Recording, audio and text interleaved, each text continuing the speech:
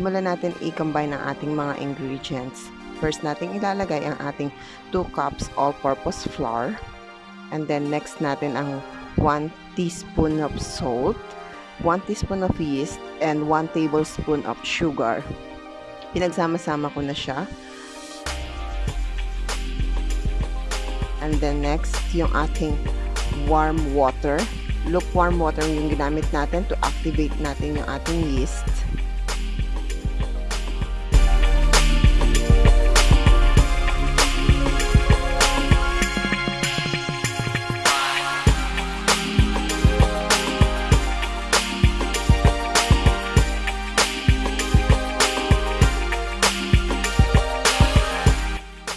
Natin i-add ang ating 1 tablespoon cooking oil. Pwede tayong gumamit ng vegetable oil, canola oil, or any oil na gusto nyong gamitin.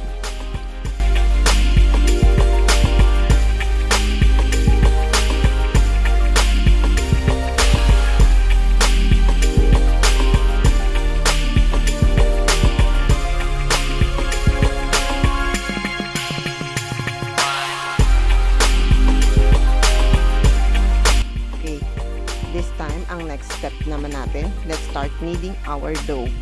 Sa pag-knead ng dough, ginawa ko siya in 5 minutes. Pwede nyo siyang i-knead up to 10 minutes.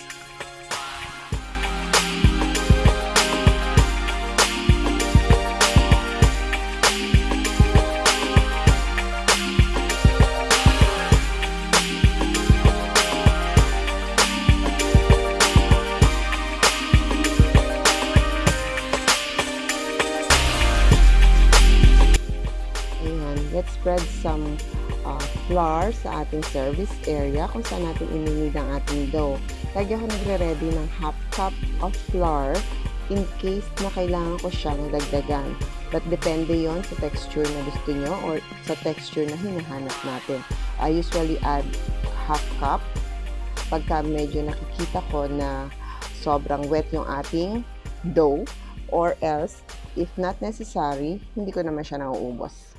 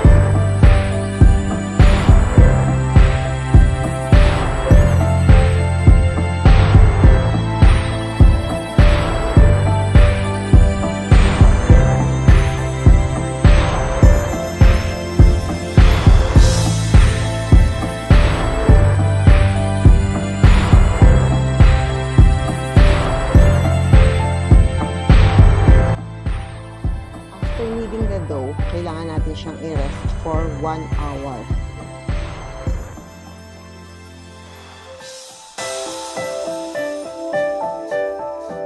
Ayan, after 1 hour, ready na siya. Pwede nyo na siyang i-form sa design na gusto ninyo.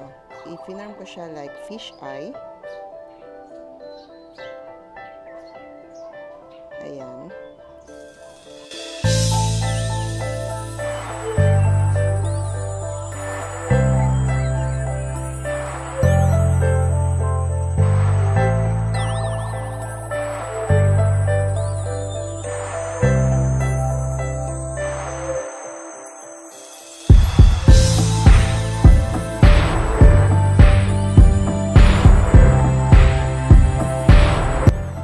Lalagyan naman ngayon natin ng butter, yung loob ng ating bread, bago natin ilagay ang ating mga ingredients.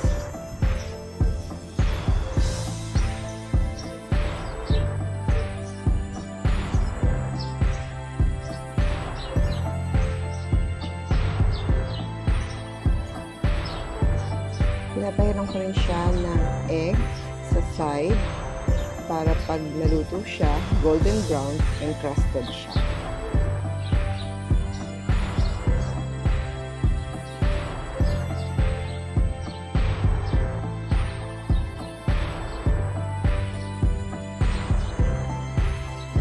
Tapos lalagyan na natin siya ng kanyang mga toppings. Ang ginamit nating cheese ay mozzarella cheese and cheddar cheese.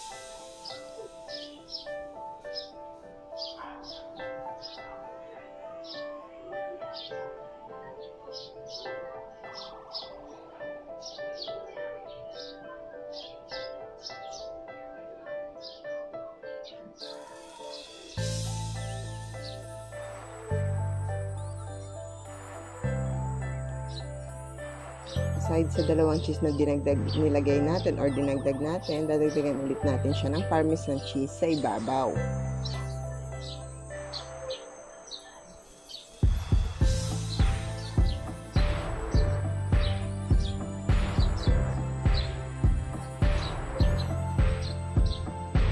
Ayan. Then, lalagyan natin yung toppings niya. Pwede kayong maglagay ng any toppings. Ang nilagay ko sa toppings na is paprika powder, oregano powder, at rosemary. It's ready. Pwede na natin i-preheat ang ating oven into 350 degrees Fahrenheit or 165 degrees Celsius for 15 minutes.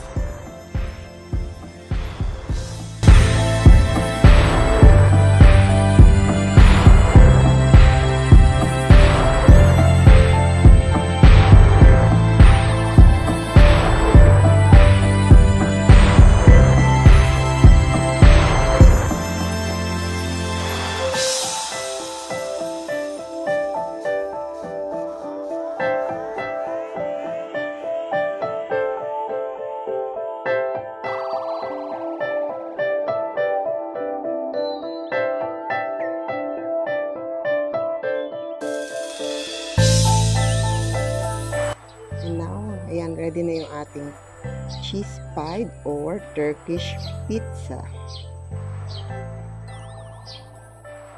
Ayan, sana ay nagustuhan nyo itong ating simpleng recipe ngayong araw na ito.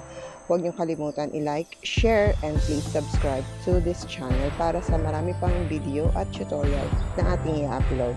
Maraming salamat mga mamis, and until next one, paalam and God bless everyone.